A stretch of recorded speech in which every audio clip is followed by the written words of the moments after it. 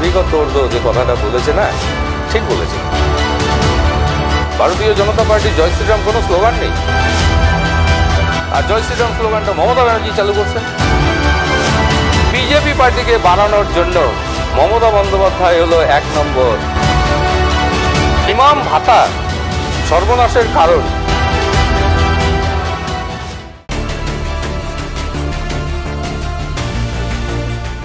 2021 সংখ্যালঘু কাদের অনুষ্ঠানে আজকের অতিথি ভারতীয় জনতা পার্টির রাজ্যের সংখ্যালঘু মোর্চার সভাধিপতি আলী হোসেন সাহেব। আজকে আপনাদেরকে একটা নতুন কিছু দেখাবো বা নতুন কিছু শোনাবো বলে স্থির করেছি। ভোট এলে একটা শব্দ আপনারা শোনেন, ভোট ভোট ভোট চাই, সংখ্যালঘুদের ভোট চাই। এই সংখ্যালঘুরা কারা আর সংখ্যালঘুরা কাদের, এইটা নিয়ে আজকে আলোচনা। আজকে আলোচনায় প্রথমেই যার নাম বললাম আপনাদের সাথে পরিচয় করে দিই, আলী হোসেন সাহেব।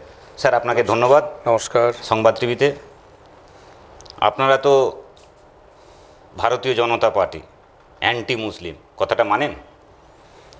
দেখুন, ভারতীয় জনতা পার্টি তার বক্তব্যের মধ্য দিয়ে স্পষ্ট, ভারতীয় জনতা পার্টি, এর মধ্যে কোনো অ্যান্টি মুসলিমের কোনো বিষয় নেই।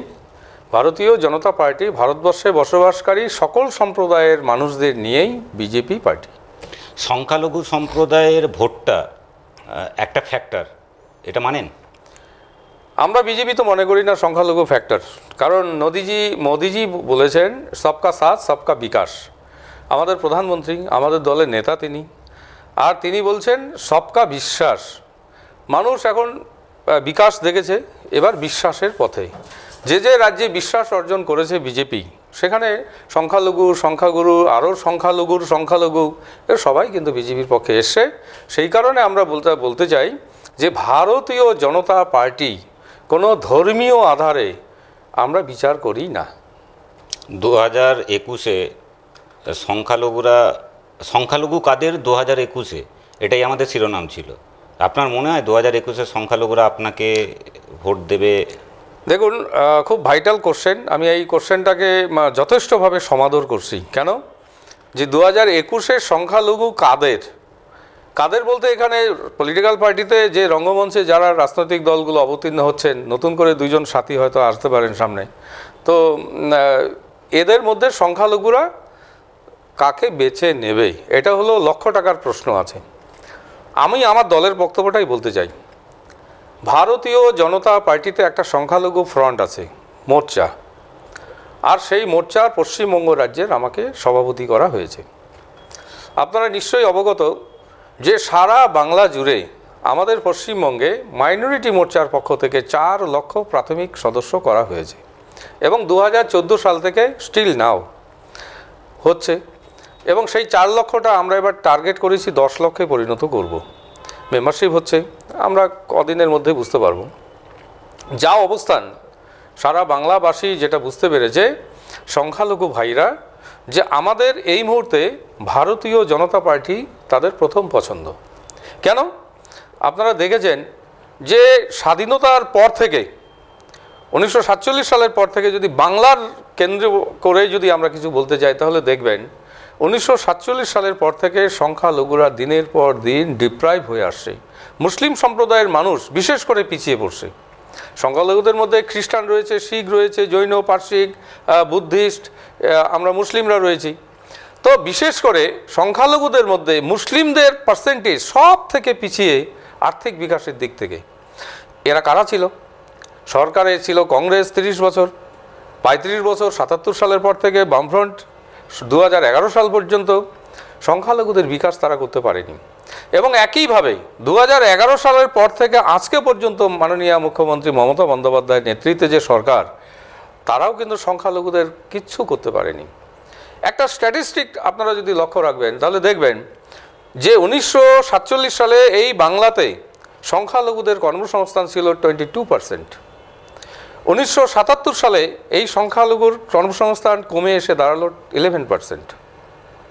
চাকরি, কর্মসংস্থান 1977 সালের পর থেকে বামফ্রন্ট এই 2011 সাল পর্যন্ত তাদের রাজত্বকালে 11% থেকে কমে 1.78% এসে দাঁড়িয়েছিল, 2%-এরও নিচে।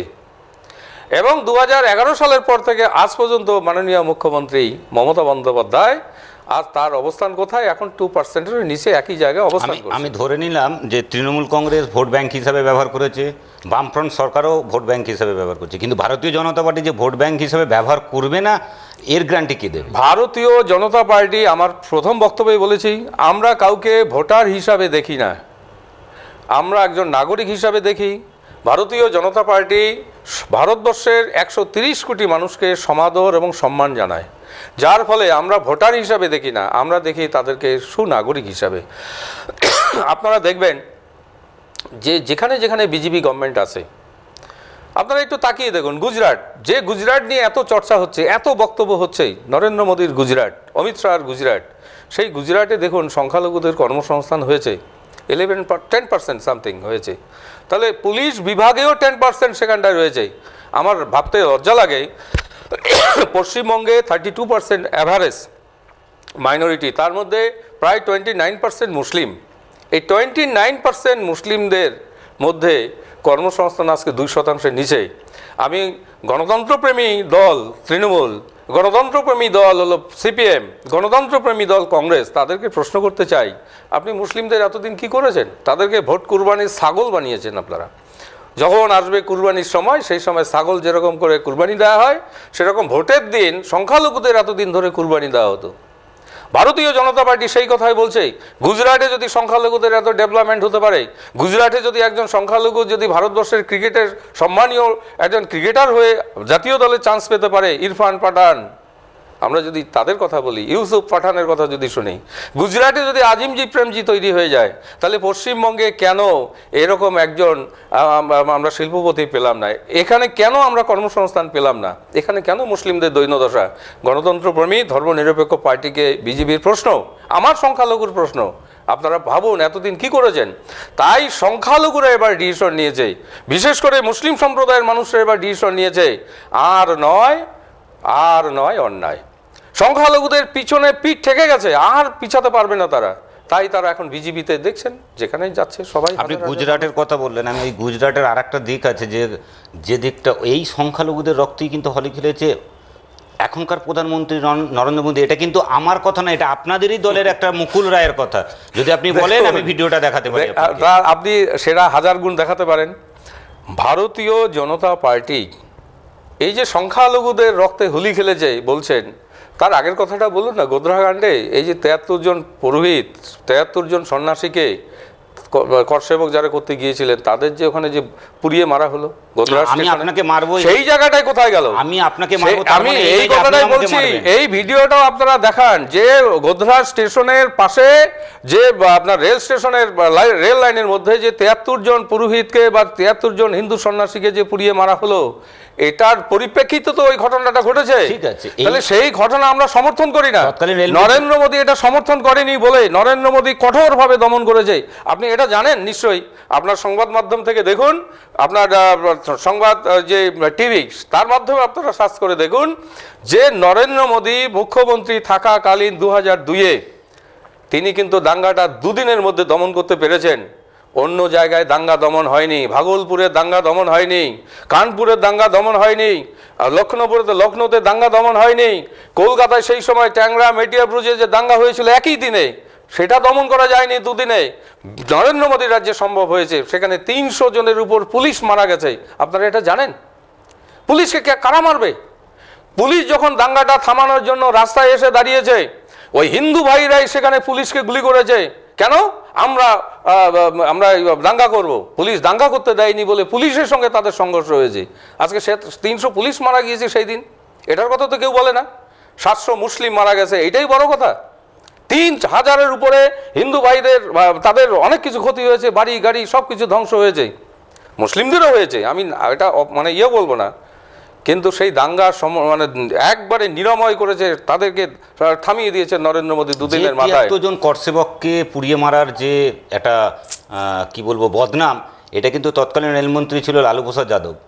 তখন একটা কমিটি গঠন হয়েছিল এবং প্রমাণিত হয়েছিল আগুনটা কিন্তু ভিতর থেকে লেগেছে, বাইরে থেকে লাগেনি। কোথায় যাবে করসেবকরা? সবাই সন্ন্যাসী লোক, ওরা কোথায় পেট্রোল নিয়ে যাবে? সেটা তো একটা বগিতে 72টা সিট, তার মধ্যে 73 জন লোক সেখানে উঠেছিল। একজন ওখানটায় মানে আপনার বলতে হকার ছিল, সেই হকারটা পর্যন্ত মারা গেছে। আর 73 জনের মধ্যে শিশু ছিল, মহিলা ছিল, নাগরিকরাও ছিল সেখানটায়। তাহলে তারা সহ সেখানে মারা গেল, এটা কি করে সম্ভব? একদমই প্রসঙ্গে ফিরে আসবো। প্রসঙ্গে ফিরে আসার আগে আবার বলছি, আগুনটা ভিতর থেকে লাগানো হয়েছিল, বাইরে থেকে না। দেখুন, এটা রেলমন্ত্রী লালুর জন্য এটা সম্ভব। লালু প্রসাদ যাদব এখনও কাজ করতে পারেন। তিনি আজকে জেলের ঘালি টানছেন বটে, আজকে তিনি চারা ঘোটালা করেছেন, তিনি চাইবাসা কেলেঙ্কারি করেছেন, বহুত কিছু করেছেন, গো খাদ্য তিনি খেয়েছেন, আজকে তার পরিণাম আজকে জেলে, 10 বছর ধরে তাকে জেলে ঘানি টানতে হয়েছে।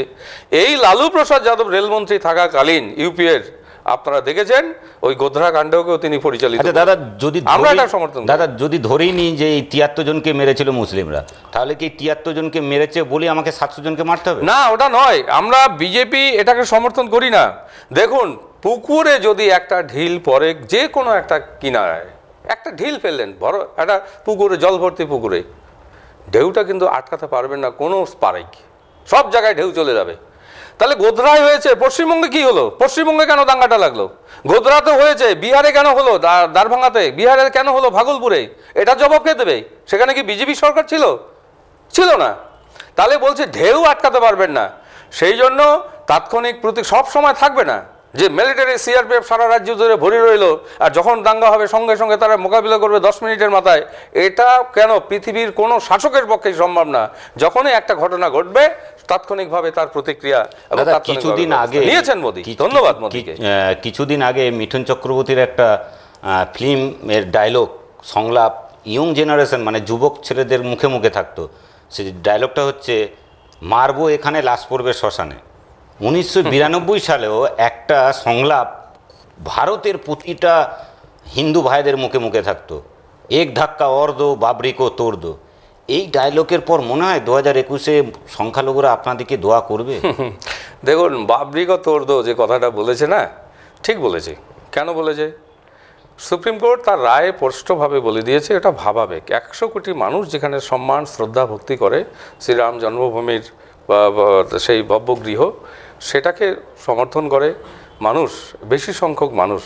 তাই ভাবাবেগকে সম্মান জানিয়ে আর্কোলজিক্যাল সার্ভে অফ ইন্ডিয়া একটা দপ্তর রয়েছে গভর্নমেন্টের, ভূতত্ত্ববিদরা তারা সেখানকার জমি ঘেটে সেখানকার সমস্ত কিছু বিচার করে সব কিছু তথ্য পরিবেশন করে যে উপস্থাপনা করেছিল সুপ্রিম কোর্টে, সেটা কিন্তু ইন ফেভার অফ রাম মন্দিরের পক্ষে। সুতরাং অর ধাক্কা অর দো এই বিষয়টা নিয়ে এবার 21-এর ইলেকশন আসছে না স্যার, ডেভেলপমেন্ট। নরেন্দ্র মোদী বলেছে ডেভেলপমেন্টে ভোট হবে। পশ্চিমবঙ্গ যে পিছিয়ে রয়েছে অন্য রাজ্য থেকেই, আমরা এগিয়ে নিয়ে যেতে চাই। আপনারা ভাবতে পারেন করোনা পরিস্থিতিতে 5 কেজি করে জন পিছু চাল, 1 কেজি করে ডাল পরিবার পিছু, তারপরে হলো 500 টাকা করে আপনার জনধন অ্যাকাউন্টে, তার পরবর্তীতে উজ্জ্বলা গ্যাসের কানেকশন যাদের রয়েছে গরিব মানুষদের, তাদের এই সুযোগ সুবিধা দেওয়া হয়েছে। কেন? নরেন্দ্র মোদী একজন মানবিক প্রধানমন্ত্রী, তিনি বলেছেন যে সবকা সাথ সবকা বিকাশ করলেও হবে না, মানুষের পাশে এসে দাঁড়িয়ে চাক্ষুষভাবে প্রমাণ দিতে হবে। তাই আজকে পশ্চিমবঙ্গে কেন সারা ভারতবর্ষ জুড়ে এই যে 80 কোটি মানুষ বেনিফিট হলো, আজকে তারা নরেন্দ্র মোদীর জয়গান গুণগান গাচ্ছে, আপনাদের মিডিয়াতে সেটা এসছে। সেই জন্য আমরা যেটা বলতে চাই, আমাদের ভোট কোনো ধর্মান্ধতার ভিত্তিতে হবে না। বিজেপি কোনো ধর্মকে টেনে এনে আমরা ভোট করব না, আমরা ভোট করব উন্নয়ন, ডেভেলপমেন্ট, সবকা সাথ সবকা বিকাশের পক্ষে আমরা ভোট করব। পশ্চিমবঙ্গকে আমরা সসম্মানে আনতে চাই। একসময় কবি কল্পনা করেছিলেন, বলো বলো বলো সবে শত বিনা বেনু রবে, ভারত আবার জগৎ সভায় শ্রেষ্ঠ আসন লবে। সেই কবি কিন্তু বাংলারই কবি, আর বাংলাকে আমাদের পিছিয়ে পড়েছে। সেই কবি আবার আরেকটা জায়গায় মন্তব্য করেছিলেন, what's Bengal thinks today India thinks tomorrow, এই যে কথাটা বলেছেন। অর্থাৎ বেঙ্গল একসময় সুজলা সুফলা ছিল, ভারতবর্ষের 1 নম্বর স্টেট ছিল, উন্নয়ন বিকাশে 1 নম্বর ছিল, স্বাধীনতা আন্দোলনে সব জায়গাতেই 1 নম্বরই ছিল, স্বাধীনতার প্রায় 50%-এর উপরে অংশীদার ভারতবর্ষের মধ্যে পশ্চিমবঙ্গ। সেই জন্য এই রাজ্য পিছিয়ে পড়েছে, এই রাজ্যকে আমাদের এগিয়ে আনতেই হবে সব দিক থেকে।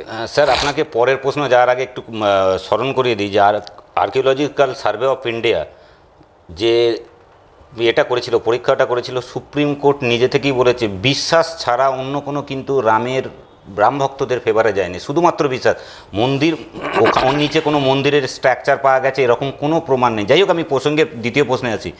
আমাদের তৃণমূল কংগ্রেস থেকে শুরু করে জাতীয় কংগ্রেস এবং সিপিআইএম এদের একাংশের দাবি যে ইভিএমে কিছু গণ্ডগোল আছে। তো আমি গতকাল সোশ্যাল মিডিয়ায় একটা ট্যাগলাইন লিখেছি, একটা ছেলে আর একটা ছেলেকে বলছে যে ভাই ভোট কাকে দিলি, ও উত্তর দিচ্ছে দেখ ভাই ভোট তো আমি ইভিএমকে দিয়েছি, ইভিএম কাকে দিয়েছে আমি বলতে পারবো না।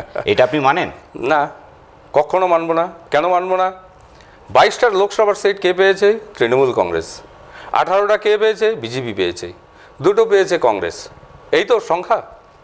তা যদি হয়, যদি ইভিএমের কারসাজি থাকে, 22টা সিট কী করে টিএমসি পেল? জবাব দিন মমতা, জবাব দিন যে প্রশ্নটা করেছে তাকে। সুতরাং এই সমস্ত গল্প প্রকাশ করে এই ধরনের মানে তথ্য বিকৃতি করে এইভাবে মানুষের কাছে ধোঁকা দেওয়া যেতে পারে না। বিজেপি পরিশ্রম করে 18টা লোকসভা সিট জিতেছে, যেভাবেই হোক। আমরা পেয়েছি সেটা, ইভিএমের মাধ্যমে সেটা প্রমাণ হয়েছে। এবার সারা ভারতবর্ষ যদি 354টা আসন এনডিএ, বিশেষ করে বিজেপি একাই 305টা আসন পেয়েছে সারা ইন্ডিয়াতে, তো বাংলার দেশের মানুষ ভোট দিয়েছে। কদিন আগে বিহারে ভোট হয়ে গেল, ইভিএমে তো ভোট হয়েছে। বিহারের ভোটে আপনারা সাংবাদিকরা, সারা বাংলার সারা দেশের সাংবাদিকরা বলেছে বিজেপি এবং এনডিএ জোট পাবে মাত্র 50+। কোথায় রেজাল্ট দাঁড়ালো? সুতরাং এগুলো হচ্ছে paid news syndrome. Paid news syndrome আমি বলছি, লক্ষণটা হলো পেইড নিউজ। যে যাকে লাইক করবে, যে যাকে উপঢৌকন দেবে, তার হয়ে গীত গাওয়া, এটা বিজেপি পছন্দ করে না। আমরা জানি বিজেপির এনডিএ গভর্নমেন্ট হবে নীতিশ কুমার নেতৃত্বে, আর বিজেপি তার বড় অংশীদার হবে। এটা ঘটনা প্রমাণ হয়ে গেল। আমরা 110টা সিট আমরা আপনার কথা অনুযায়ী সংখ্যালঘু সংখ্যাগুরু এসব বিজেপি দেখে না। কে সংখ্যালঘু কে সংখ্যাগুরু দেখে না। দাদা, সংখ্যালঘুদের থাকতেই তো দিচ্ছে না ওয়েস্ট বেঙ্গল। কোন জায়গায়? এনআরসিতে তো থাকতেই দেবে না বলছে, সবাই তো শুধু সংখ্যাগুরুই থাকে। দেখুন, এনআরসি বাংলায় কেন সারা ভারতবর্ষে হচ্ছে না? মাননীয় স্বরাষ্ট্রমন্ত্রী সাহেব উনি বলেছেন এনআরসি বাংলায় কেন সারা ভারতবর্ষে হচ্ছে না, যেটা হবে সিএএ, এটা বলেছে। এবং এনপিআর, যেটা এপ্রিল মাস থেকে শুরু হওয়ার কথা ছিল 20 তারিখ থেকে, সেটা করোনাকালে একটা স্থগিত রাখা হয়েছে। নিশ্চয়ই সামনের বছর হয়তো হবে। এনপিআরটা হতে হবে। কেন? প্রতি 10 বছর অন্তর অন্তর যখন আদমশুমারি ভারতবর্ষে হয়, স্বাভাবিক কারণে 2021 সালে আবার আরেকটা আদমশুমারি আসবেই। ভারতবর্ষে কত ভারতীয়রা আছে, ভারতবর্ষে কত বিদেশিরা আছে, ভারতবর্ষে সমস্ত কিছু তার একটা সংখ্যা, নারী পুরুষের সংখ্যা গভর্নমেন্টের কাছে থাকতে হবে। এইটাই ভারতবর্ষের পরম্পরা, এত বছর ধরে হয়ে আসছে। এটা আমাকে করতে দিতেই হবে। তো এনপিআর হবে, সিএ হবে। সিএতে কি বলা হয়েছে? পরিষ্কার করে সিএ আইন হয়েছে, সিএবি থেকে আইন হয়েছে সিএ। আর সেখানে পরিষ্কার করে বলা হয়েছে বাংলাদেশ, পাকিস্তান এবং আফগানিস্তান থেকে যে সমস্ত নাগরিকরা ওই দেশের সংখ্যালঘু, তারা যদি নিপীড়িত হয়ে এই দেশে আসতে চায়, তাদেরকে আমরা থাকতে যাব এবং তাদেরকে আমরা সিটিজেনশিপ। মুসলিম বাদে? হ্যাঁ, মুসলিম। ওই দেশের সংখ্যালঘু কারা? মুসলিম তো ওই দেশের সংখ্যালঘু নয় না। বাংলাদেশের মুসলিমরা সংখ্যাগুরু। সংখ্যালঘু মানে তারা নিপীড়িত কে বলেছে? নিশ্চয়ই তারা, রেকর্ড বলছে মন্দির মসজিদ মন্দিরগুলো সব পুড়িয়ে দেওয়া হচ্ছে, ভেঙে দেওয়া হচ্ছে। বাংলাদেশে 22% হিন্দু ছিল, সেই সংখ্যা কমে মাত্র 8% এসে দাঁড়িয়েছে। কোথায় গেল? তারা কি বঙ্গোপসাগরে ঝাঁপ দিয়ে মরেছে? তা তো মরেনি। আপনার কথা একমত। সংখ্যালঘু মানে যদি নিপীড়িত হতো, তাহলে তো আপনাদের সরকার সবথেকে বেশি ভারতের বদনাম করছে। কারণ ভারতের সংখ্যালঘু হচ্ছে মুসলিম, তার মানে আমরা নিপীড়িত, আমরা অত্যাচারিত। ভারত সরকারের নিয়ম নয়। দেখুন, ভারত সরকারের নিয়ম, বাংলাদেশের সংখ্যালঘু হিন্দুরা যদি মার খায় তাহলে না, মারতে হবে তা নয়। না না, বলছি বাংলাদেশের সংখ্যালঘুদের উপর আক্রমণ হয়েছে হিন্দুদের উপর, তাই তারা ওই দেশে থাকতে না পেরে তাদের দেশে, তাদের দেশ বলতে তারা প্রতিবেশী দেশ ভারতবর্ষে এসে, তাদের উত্তরসূরি দেশ, সেই দেশে এসে, পূর্বসূরি দেশে এসে তারা এই দেশে আশ্রয় নিয়েছে এত বছর ধরে। তাদের নিয়ে সরকারের কোনো মাথা ব্যথা ছিল না, না গভর্নমেন্ট, কংগ্রেস না। আমার বক্তব্যটা অন্য জায়গায়। বাংলাদেশের সংখ্যালঘু মানে যদি বাংলাদেশের হিন্দুরা মার খায়, সংখ্যালঘু মানে যদি মার খাওয়া কেস হয়, তাহলে তো ভারতের সংখ্যালঘুরা মার খাচ্ছে না। মার খাবে না তো। তাহলে ভারতের ক্ষেত্রে ভারতবর্ষের একটা শক্তপোক্ত গণতন্ত্র রয়েছে, বাংলাদেশে সেই গণতন্ত্র নেই। বাংলাদেশ একটা ঘোষিত ইসলামিক কান্ট্রি বলা চলে। ওরা পার্লামেন্টে সেই বিল পাশ করে নিয়ে এসছে, ইসলামিক দেশ। স্বাভাবিক কারণে হিন্দুদের থাকার কোনো বিষয় নেই। এই যে নেগেটিভ মানসিকতা বাংলাদেশ সরকারের এবং বাংলাদেশের জাতীয় দল যারা সেখানটায় যারা রয়েছে, আজকে ভারত সরকার তো সেটা ভাবছে না। ভারত সরকার গণতান্ত্রিক, বিশ্বের বৃহত্তম গণতান্ত্রিক দেশ, বিশ্বের বৃহত্তম সংবিধান। আর ভারত সরকার সিদ্ধান্তই নিয়েছে স্বাধীনতার পর যদি ভারতবর্ষ থেকে কোনো সংখ্যালঘু ভাইরা, মুসলিম ভাইরা যদি প্রতিবেশী দেশ সেই সময়ের পাকিস্তানে যদি না যেতে চায় ভারতবর্ষেই থাকবে, তারা ভারতবর্ষের নাগরিক। আর আরেকটা বিষয় আপনার মাধ্যমে জানিয়ে দিচ্ছে, এটা বেশি করে ফলো করা উচিত।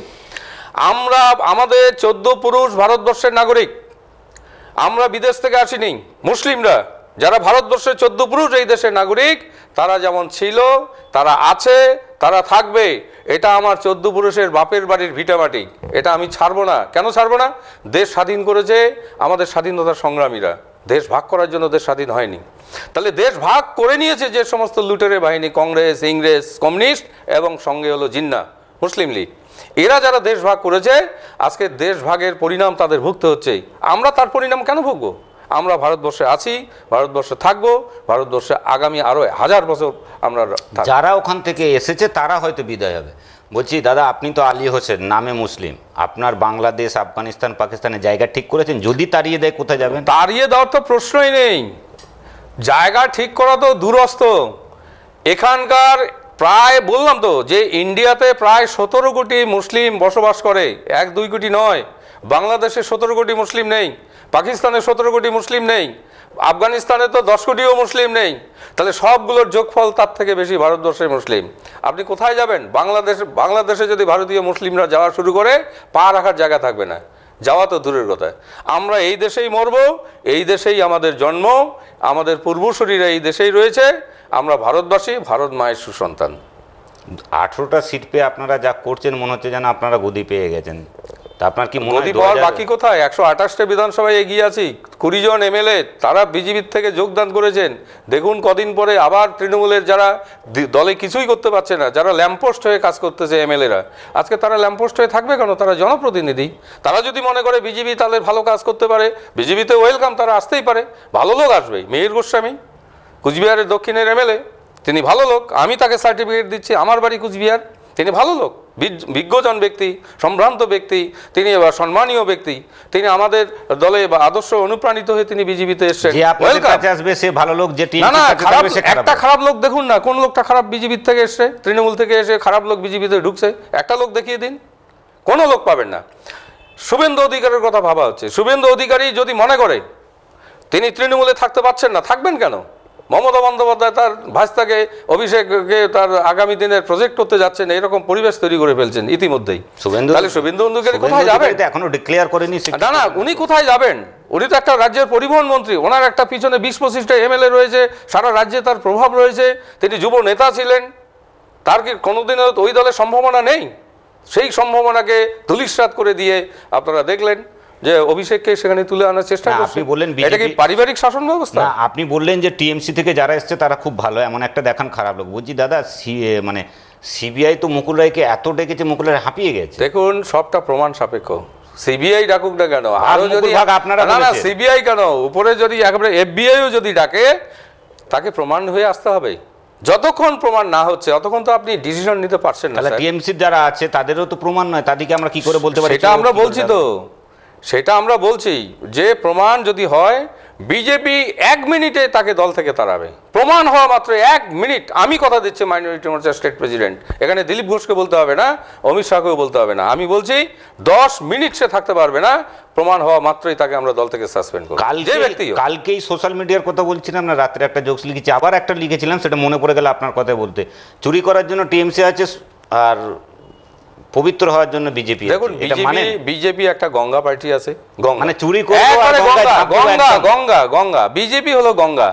এই গঙ্গা পতিত পাবন গঙ্গা, এখানে যে এসে ঝাঁপ দেবে সে অবশ্যই পবিত্র হয়ে আসবে, অবশ্যই পবিত্র। বামফ্রন্টেরই একটা নাম করা নেতা বলেছিল, চুরি করার জন্য টিএমসিতে যা আর পবিত্র হওয়ার জন্য গঙ্গায় বিজেপিতে যা। সে মন্তব্য করতেই পারে, তবে আমরা গঙ্গা, আমরা কলুষিত হব না। আমরা যাকে যেই আসবে তাকে আমরা পবিত্র করেই ছাড়বো। আর এইটাই হলো বিজেপি, এইটাই হলো ভারতীয় কৃষ্টি কালচারের পার্টি আছে। 2021-এ সংখ্যালঘুরা যে আপনাদেরকে ভোট দেবে, আবার বলছি সংখ্যালঘুরা ভোট দেবে, ধরুন দিল, আপনারা জিতলেন, 3টে কাজ বলুন যেটা সংখ্যালঘুদের জন্য করবেন। প্রথম হচ্ছে সংখ্যালঘুদের কর্মসংস্থানের দায়িত্ব ভারতীয় জনতা পার্টি নেবে, বঙ্গ বিজেপি। সংখ্যালঘুদের কর্মসংস্থান চাই, মারি অরি পারি কৌশলে সংখ্যালঘুদের কর্মসংস্থান চাই। ন্যূনতম 10% সংখ্যালঘুদের কর্মসংস্থান, সে অন রিজার্ভেই হোক আর অ্যামেন্ডমেন্ট করেই হোক বিধানসভায় আমরা করব। সংখ্যালঘুদের কর্মসংস্থান।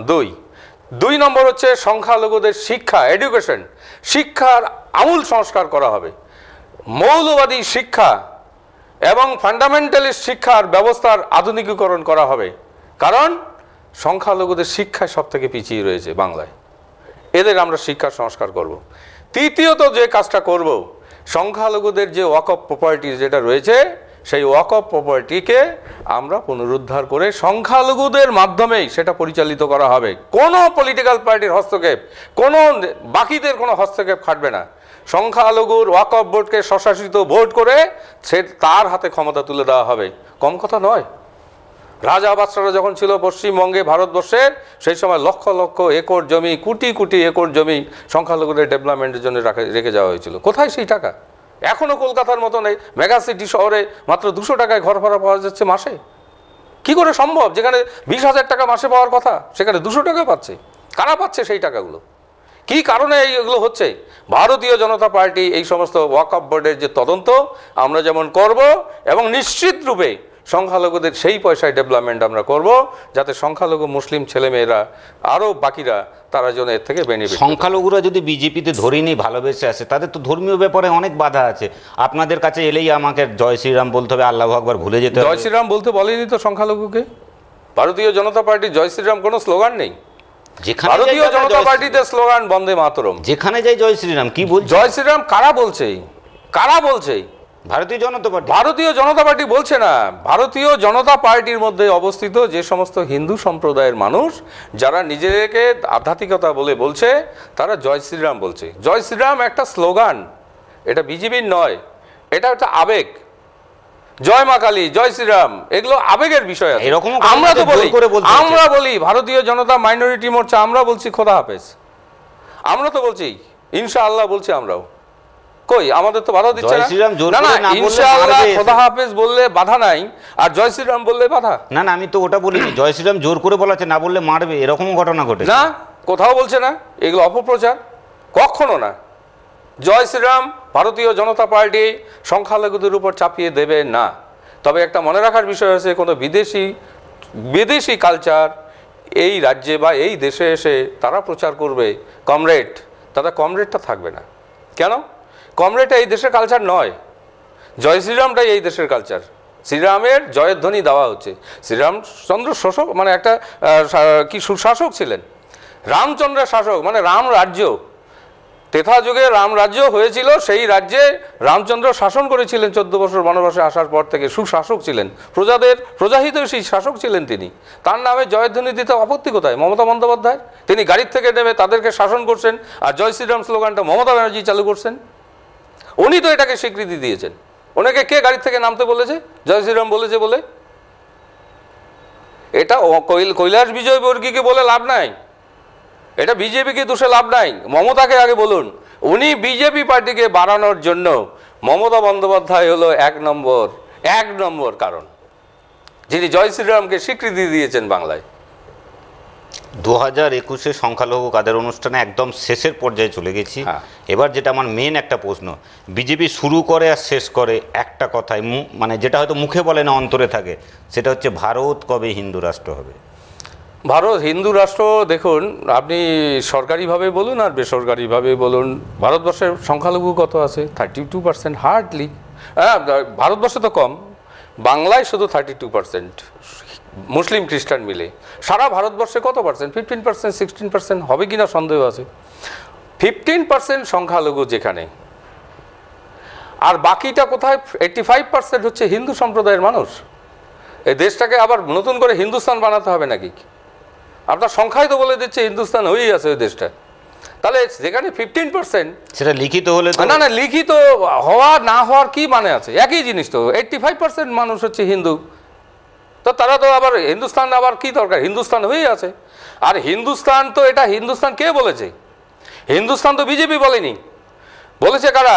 ওই পাকিস্তানিরাই বলেছে আমরা পাকিস্তান চাই, আমরা হিন্দুস্তানে থাকবো না। কে বলেছে? মুসলিম নেতারা বলেছে হিন্দুস্তানে, ভারতবর্ষে এরা থাকবে না। ভারত তো বলেনি, ইন্ডিয়া তো বলেনি, তারা বলেছে আমরা হিন্দুস্তানে থাকবো না। তা থাকবে না, চলে যাও, চলে গেছে। সংখ্যালঘুদের একাংশ ফতোয়া অলরেডি আগে দিয়ে দিয়েছে, আবার দেবে আগামী দিনে, যে বিজেপি করা ইমান নষ্টের সমান। আপনি তো মুসলিম, কি বলবেন? আপনার ইমান আছে না চলে গেছে? ইমান ধর্মীয়ভাবে আমি বলতে চাই না, এই কারণে আমি ধর্মীয় পণ্ডিত না, এটা পণ্ডিত মহাশয়রা বলবে। আমি যেটা বলতে যাচ্ছি, কোনো ধর্মগ্রন্থে কোনো পলিটিক্যাল পার্টি করার জন্য বারণ করা নেই কোথাও, যে আপনি বিজেপি করতে পারবেন না। কোন ধর্মগ্রন্থে আছে? কে বলেছে সেই সময় হযরত মুহাম্মদ বিজেপি পার্টির একটা দল তৈরি হবে ইন্ডিয়াতে, আর সেই সময় মুসলমানরা বিজেপি করতে পারবে না? কিসের ইমানের কথা বলছেন আপনি? ইমানের কথা বলে আপনি বেঈমানির কাজ করতেছেন, এটার কি হবে? আপনি ইমান রক্ষার কথা বলে বেঈমানি কাজ করতেছেন, তার কি হবে? বিজেপি তো ঠিক কথাই বলেছে, বেঈমানদের শাস্তি হবে, বেঈমানদের শিক্ষা হবে ইন্ডিয়াতে এবং বাংলাতেও। অনেক মুসলিম পণ্ডিতের জন্ম হয়েছে ইতিমধ্যে, আমরা লক্ষ্য করেছি। তারা মুসলমানদের নিয়ে ব্যবসা শুরু করেছেন, গরিব মুসলমানদের নিয়ে তারা ব্যবসা শুরু করেছেন। তাদের রাজনৈতিক দলের কাছে সেট আপ হয়ে তারা সেই সমস্ত জায়গায় টাকা পয়সা নিয়ে নিজের অট্টালিকা, নিজের প্রাসাদ বাড়াচ্ছেন। সংখ্যালঘুদের কোন জায়গায় গিয়ে দাঁড়াবে মুসলমানদের ভবিষ্যৎ? বিজেপি সেটা বলছে। দিলীপ ঘোষ সেই কারণেই বলছে, ভারতীয় জনতা পার্টি আপনারা স্বাগত, আসুন, দেখুন বিজেপি কি করতে পারে না পারে।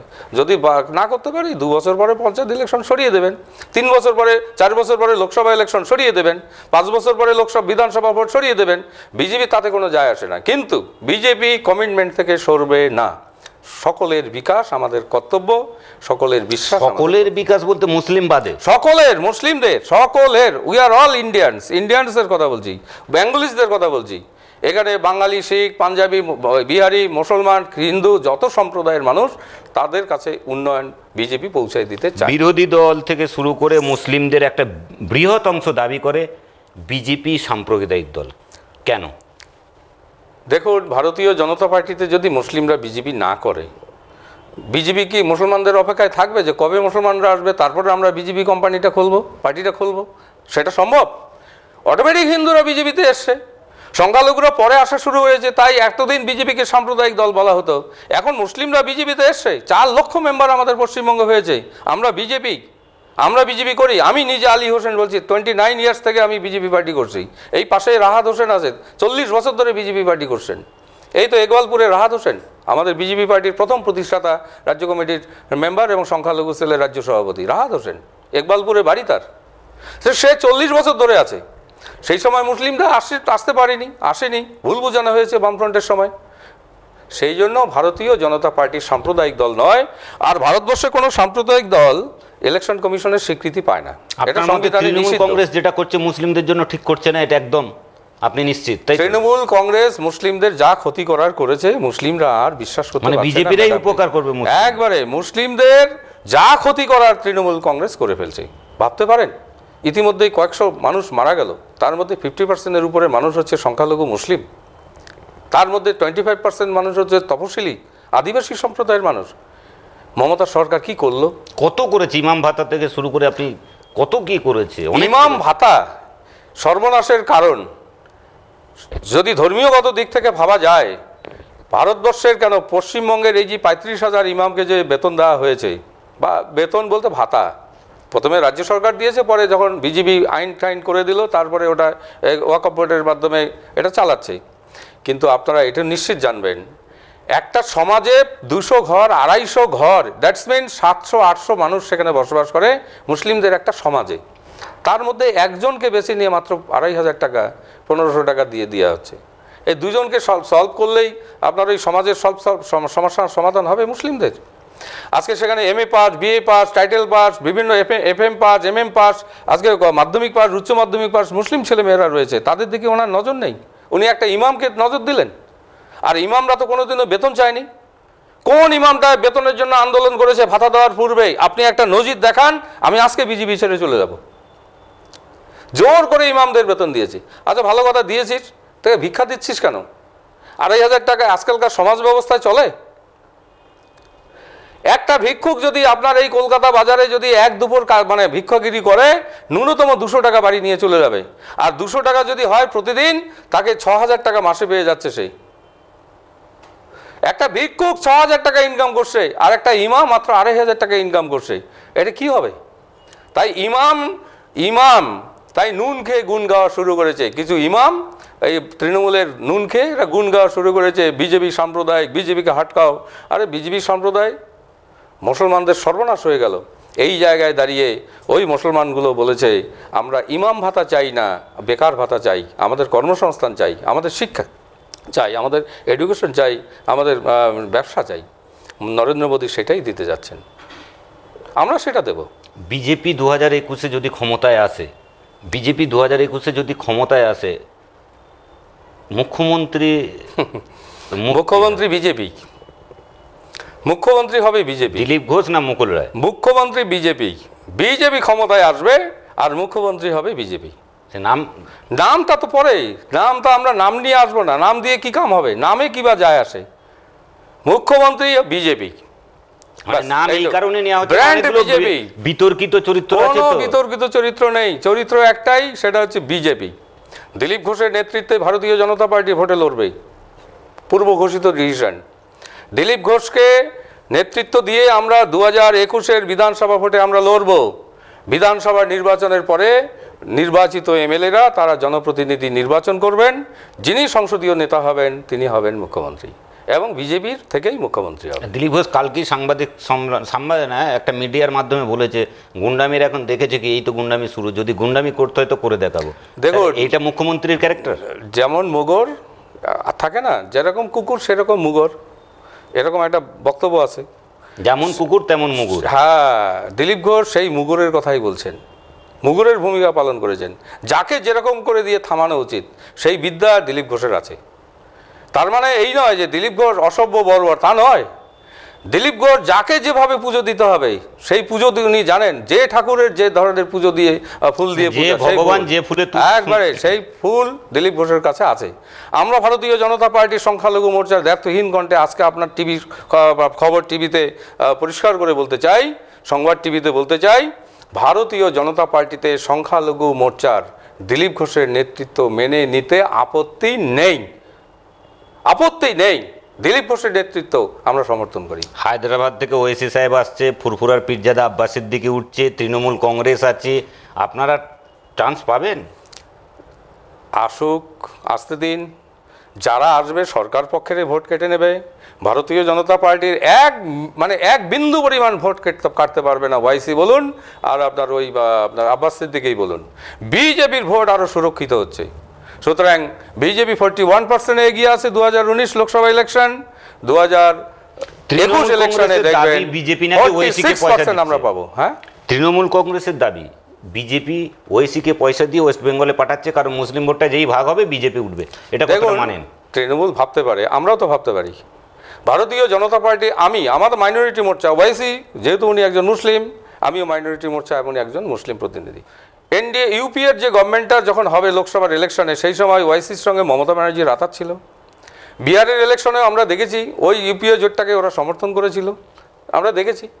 বিভিন্ন সময় ওয়াইসির সঙ্গে দোস্তি মমতা ব্যানার্জি ছিল। মমতা ব্যানার্জি ভেবেছেন, কি ভেবেছেন, যে ওয়াইসি এখানে মিম প্রতিষ্ঠা করে মুসলিমদের ভোট উনি কেড়ে নিতে চান। অর্থাৎ যে মুসলিমরা তৃণমূলের উপরে নারাজ হয়ে যাচ্ছে সেই ভোটগুলো কাকে দেবে? সেই ভোটগুলো তো বিজেপিতে আসবে। সেই ভোটটাকে আটকানোর জন্য মমতা বন্দ্যোপাধ্যায় একটা কায়দা শুরু করেছেন পিকের মাধ্যমে, যে ওয়াইসিকে মাঠে নামাও, এই যারা মমতাকে ভোট দেবে না তারা যেন ওয়াইসিকে ভোটটা দেয়, মিমকে দেয়। এটা একটা ষড়যন্ত্র। এই ষড়যন্ত্রে কাম হবে না। মুসলিমরা এটাও বুঝতে পেরেছে যে ওয়াইসিকে নিয়ে এসছে মমতা, আর মমতা বিরোধী ভোটগুলোকে মুসলিমদের ওয়াইসির বাক্সে ফেলতে চায়। এটা মুসলিমরা বুঝতে পেরেছে বলেই আজকে মুসলিমরা বিজেপিতে আসা শুরু করেছে, যে না ওয়াইসি দিয়ে কিছু হবে না। ও নিজের হায়দ্রাবাদে ভিটে ছাড়া হয়ে যাচ্ছে দুদিনের মধ্যে। দেখবেন যে পৌরসভার ইলেকশন হচ্ছেও যেটা, তাতে ও নিজেই ক্লিন আউট হয়ে যাবেন। ওয়েসি কোনো চান্সই থাকবে না ওয়েস্ট বেঙ্গলে। ওয়েস্ট বেঙ্গলে তো দূরের কথা, নিজের জন্মভিটা হায়দ্রাবাদেই ওনার আর অস্তিত্ব থাকছে না স্যার। যে দিলীপ ঘোষের আপনি ভূয়সী প্রশংসা করলেন, সেই দিলীপ ঘোষের একটা কথা বলি, আপনি সকালে চা খান তো বাড়িতে? অবশ্যই। দুধের চা খান না লিকার চা খান? দুটোই হতে পারে। সোনা দিয়ে চা খান না? না, সোনা তো বটেই, অবশ্যই সোনা। দেখুন, এটা নিয়ে অপব্যাখ্যা করা হচ্ছে। একমাত্র গরুর দুধটাই হলুদ, একটা কালার আসে। আর যে কোনো জন্তু জানোয়ারের যত সব দুধ আছে দেখুন তো কোথাও হলুদ পাচ্ছেন কিনা, একটা কালার বের করে দিন দেখি। একমাত্র দুধেই হলুদ। আর দুধের যে জেনারেশন পরবর্তীতে যেটা দিলীপ ঘোষ বলেছে, এটা দিলীপ ঘোষের বক্তব্য নয়, মণি ঋষি আরও যারা পূর্বজ যারা রয়েছেন তাদের বক্তব্য। এটা অনেক বড় বড় পুরনো দিলীপ বাবু শুধুমাত্র মুখপাত্র, মনে রাখবেন দুধেই একমাত্র সোনা পাওয়া যেতে পারে। সোনা মানে কোন সোনা? আপনি কোন সোনা শুনছেন? গোল্ড। গোল্ড নয়। What is this gold? দুধ হলো সোনার মতন। না, উনি তাই কিন্তু বলেন দুধ সোনার মতন, দুধ সোনার থেকেও দামি। যে শিশুটির মা জন্মগ্রহণ করার সাথে সাথে মারা গেল, যে শিশুটির মা জন্ম নেওয়ার সাথে সাথে মারা গেল, সেই শিশুটিকে বাঁচাবে কে? ও দুধ, গরুর দুধে বাঁচাবে। তাহলে সোনা কেন? আরো হীরের উপরে তাকে নিয়ে যেতে পারেন। একদমই তাই। কিন্তু দিলীপ ঘোষ সেই কথাই বলেছেন, দুধে সোনা পাওয়া যায়। আমার মনে হয় একটু দিলীপ ঘোষ কিন্তু বলেছে দুধে সোনা আছে, সোনার সমতুল্য গুণ এরকম বলেনি, বলেছে সোনা আছে। কষ্টি পাথরে সোনাকে যাচাই করা হয় কিনা, আর দুধের সর দিয়েও কিন্তু সোনাকে ঘষা হয়। এটা আবার জানেন তো, সোনাকে মোলায়েম করতে গেলে ও দুধের সরই লাগে, শোধন করতে গেলে দুধের ওই সরটাই দরকার হয়। তো সোনার সঙ্গে দুধের কি কম্পেয়ার আছে? অসুবিধাটা কোথায়? আপনারা শুনতে ভুল করছেন, আপনারা বুঝতে ভুল করছেন। যে সমস্ত নাগরিকরা এই সমস্ত অপব্যাখ্যা করছে, এগুলো যে জকিং করা হচ্ছে, সত্যি সত্যি ভেবে দেখুন, আপনি যে বাড়িতে মানে অলংকারটা পরছেন সেটাও সোনা দিয়ে শোধন করা হয়। ঠিকই বলেছি, আমি দিলীপ ঘোষের সঙ্গে 1000% একমত। আমি আজকে ফুরফুরা শরীফ গিয়েছিলাম, ফেরার পথে পেট্রোল পাম্পে ঢুকে তেল ভরলাম, তো তেল যা টাকা দিলাম আর যা তেল ভরলাম, আমার মুখ থেকে একটাই কথা বেরোলো, জয় মোদিজি। এত তেলের দাম কম ভাবতে পারবেন না আপনি। আজকে মনে হয় 35 টাকা মনে হয় লিটার কিনলাম। আপনি এটা মানেন যে মোদিজির দৌলতে হয়েছে? দেখুন, এটা ভারত, জয় মোদিজি ছাড়া কিচ্ছু বলা যাবে না, কারণ পেট্রোলের দাম অনেক কম হিসাব অনুযায়ী। সেটা আমি বলছি না। দেখুন, মোদিজি বলেছিল কিন্তু যখন বিরোধীতে এটা পেট্রোলিয়াম মন্ত্রক, এটা গভর্নমেন্টের বাইরে, এটা একটা ইসে রয়েছে, সারা পৃথিবী জুড়ে এগুলো কন্ট্রোল করা হয়। আজকে মোদিজি আছে এই জায়গাটায়, মনমোহন সিং থাকলেও তো হতো, একই জিনিস হতো। এটা কিছু করার নেই। কিন্তু এটা মনে রাখবেন যে গভর্নমেন্টের নীতিটা কী, গভর্নমেন্টের যে নীতি, সেই নীতিতে মোদিকে আমরা স্যালুট জানাবই। কারণ মোদিজির প্ল্যানিং, মোদিজির পরিকল্পনা আজকে ভারতবর্ষকে ক্রমশ এগিয়ে নিয়ে যাচ্ছে, ডেভেলপমেন্ট কান্ট্রির দিকে এগিয়ে নিয়ে যাচ্ছে। কোন ভরসায় 2021-এ আপনাদের, মানে আপনাদের বটমটা, আপনাদের বোতামটা আমরা ইভিএমে টিপব, একটু বলবেন কোন ভরসায়? 3টে ভরসা। প্রথম হচ্ছে শান্তি। আমরা সারা বাংলা জুড়ে অশান্তি না, শান্তি নেই। শহরের কয়টা বাবু শান্তিতে আছে সেটা নয়, গ্রামে যান, হাজার হাজার মানুষ আজকে নিরাহার অবস্থা রয়েছে, হাজার হাজার কৃষকের খেতে জল নেই, হাজার হাজার কৃষকের অবস্থা কান্না। আজকে কৃষকদের জন্য কেন্দ্রীয় সরকার যে 2000 টাকা করে মাসে দেওয়ার কথা ছিল, সেই টাকা অন্য রাজ্য পেয়ে যাচ্ছে। আমার এই বাংলায় 14,000 টাকা পেল না একটা করে কৃষক, কোথায় যাবে? কৃষি যে মানে বলা হয়েছিল, কৃষি আইনের যে বলা হয়েছে যে কৃষকরা এই বেনিফিটটা পাবে, বাংলার রাজ্যের সরকার এটা দিল না সেই সুযোগ। আয়ুষ্মান ভারতকে 5 লক্ষ টাকা করে বিভিন্ন রাজ্য সরকার পেয়ে গেল, আমার গরিব মানুষ ছেলে মেয়েদের, তাদের মানুষদের ইন্স্যুরেন্সের জন্য বা আয়ুষ্মান ভারতের জন্য চিকিৎসার খরচ 5 লক্ষ টাকা, আজকে তারা বঞ্চিত হলো। আপনি তারপরে শান্তির জন্য বলছেন, আর দুটো। প্রথম শান্তি, অশান্তি সারা বাংলা জুড়ে হচ্ছে, বিজেপি প্রথম শান্তি কায়েম করবে। দ্বিতীয় প্রথম হচ্ছে উন্নয়ন হবে। উন্নয়ন তো রাস্তায়, রাস্তায় দাঁড় করিয়েছে মমতা বন্দ্যোপাধ্যায়ের ভাইয়েরা। বিজেপি উন্নয়ন করবে জমিতে, কোথায় নয়, জমিতে। এখানে শিল্প হবে, কলকারখানা হবে, কৃষকের আধুনিক প্রযুক্তিতে চাষ হবে, কৃষক ভাইদের মুখে আহার যোগাবে, আর কৃষক ভাইরা খুশি হলে আমার বাংলা এগিয়ে যাবে। দ্বিতীয় হচ্ছে ডেভেলপমেন্ট। আর তৃতীয় হচ্ছে যে সারা বাংলা জুড়ে আমাদের বেকার ভাইদের কর্মসংস্থান। এই 3টে জিনিস বিজেপি শাসিত রাজ্যে আছে, একটা রাজ্য আছে আমাকে দেখান। 3টা জিনিসই সব রাজ্যেই আছে।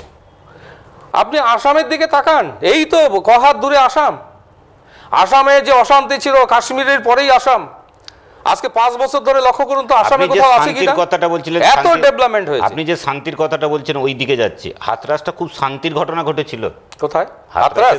হ্যাঁ, কি হয়েছে হাতরাস? শান্তির ঘটনাটা খুব শান্তির মনে হলো আপনার? দেখুন, 130 কোটি মানুষ, একটা ঘটনা ঘটেছে।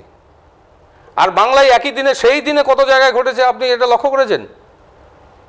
একই দিনে একটা হাতরাজে একটা ঘটনা ঘটেছে, একটা মেয়ের উপর ঘটনা ঘটেছে, তো একই দিনে সারা পশ্চিমবঙ্গে 200 জায়গায় ঘটনা ঘটেছিল। কই গভর্নমেন্ট তো কিছু করতে পারেনি। গভর্নমেন্টের এত পুলিশ আছে যে তারা সেখানে সঙ্গে সঙ্গে তার রিকভারি করে দেবে? সম্ভব না। একটা ঘটনা ঘটবে, ঘটনাকে সমর্থন করি না, কিন্তু ঘটনা দ্রুত যেন ছড়িয়ে না পড়ে সেই ব্যবস্থাটা গভর্নমেন্টের। আপনারা আশাবাদী 2021-এর সংখ্যালঘুরা আপনাদেরকে ভোট দেবে? লাস্ট প্রশ্ন। 2021 আমি মাইনরিটি মোর্চার পক্ষ থেকে, আমার মোর্চার পক্ষ থেকে যে সমীক্ষা সার্ভে করেছি তাতে আমার খাতায় যেটা এসছে 2021 বিজেপি 221, এটা হলো আমাদের সংখ্যা। বিজেপির দুজনের নাম বলছি, কাকে মুখ্যমন্ত্রী হিসেবে চান, দিলীপ ঘোষ না মুকুল রায়? দেখুন, আমি কোনো জনকেই দুজনের মধ্যে না একজনের। বোনাস দেবো না। দিলীপ ঘোষের নেতৃত্বে আমরা ভোট লড়ব। আমার বিধানসভা নির্বাচনের পরে বিধায়করা তারা বসবে, আর বসে সংসদীয় নেতা তারা ঠিক করবে। আপনারা এতক্ষণ দেখলেন 2021-এর সংখ্যালঘু কাদের।